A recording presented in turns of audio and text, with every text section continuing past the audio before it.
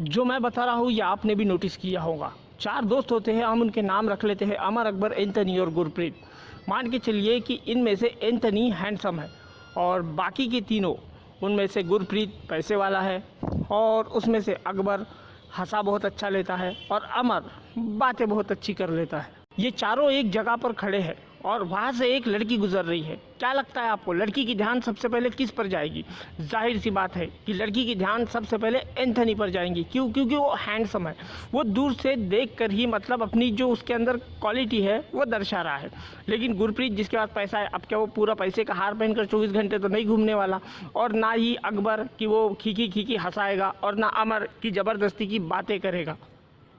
तो बात समझ में आ गई कि लड़की का अगर सबसे पहले किसी के पास जाने का मन करेगा तो वो एंथनी के पास करेगा। हाँ, उन चारों के दरमियान जब वो जाएगी, अगर उसे उसके जाने के बाद में फिर 3 लोगों की क्वालिटी पता चलेंगी तो शायद उसका मन डामाडोल हो जाए कि इसकी तरफ या इसकी तरफ। अब थंबनेल में दिया हुआ टॉपिक समझते हैं कि कैसे बिजनेस के अंदर में भी ये चीज़ बहुत हद तक वर्क करती है। जैसे मान के चलिए कि आपका अगर कोई बिजनेस हो, जैसे चिप्स मेकिंग का, और चिप्स मेकिंग को अगर आप बेच रहे हैं तो जाहिर सी बात है कि सबसे पहले आप कोई भी उसे बाहर से चिप्स तो टेस्ट नहीं आ जाएगा कि चिप्स कैसे है। तो सबसे पहला उसका ध्यान अगर जाता है तो आपकी पैकेजिंग पर।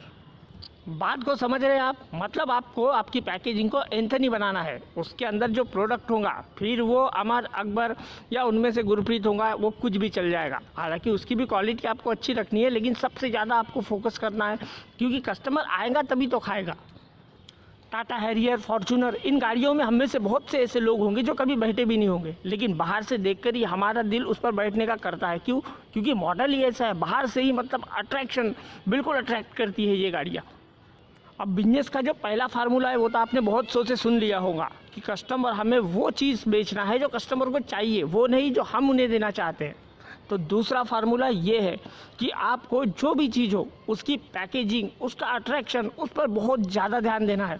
ऐसा नहीं है कि आपने बहुत अच्छी चीज़ पैकेट में भर के रखी हो, लेकिन पैकेट एकदम रद्दी और चीप टाइप लग रहा है, तो भले ही आपका प्रोडक्ट कितना भी अच्छा हो, कस्टमर उसके नज़दीक ही नहीं आएगा तो उसका स्वाद कैसे ले पाएगा?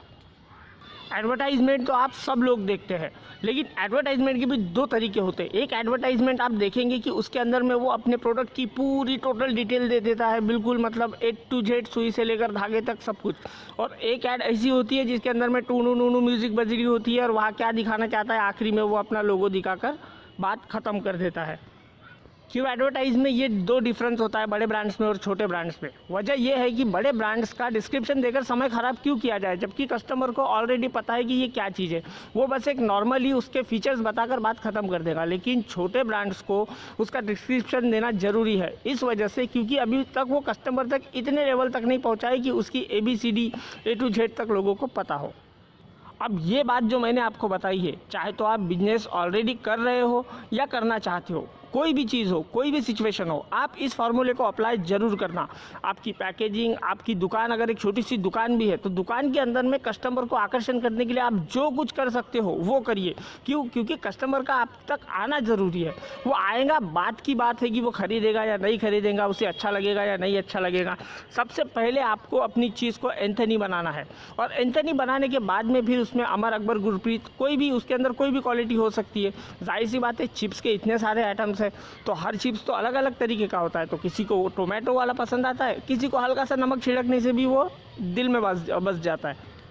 इन 3 मिनट में मैंने आपको टोटल ज्ञान देने की कोशिश की है कि कैसे अपने प्रोडक्ट को कस्टमर के सामने प्रेजेंट किया जाए।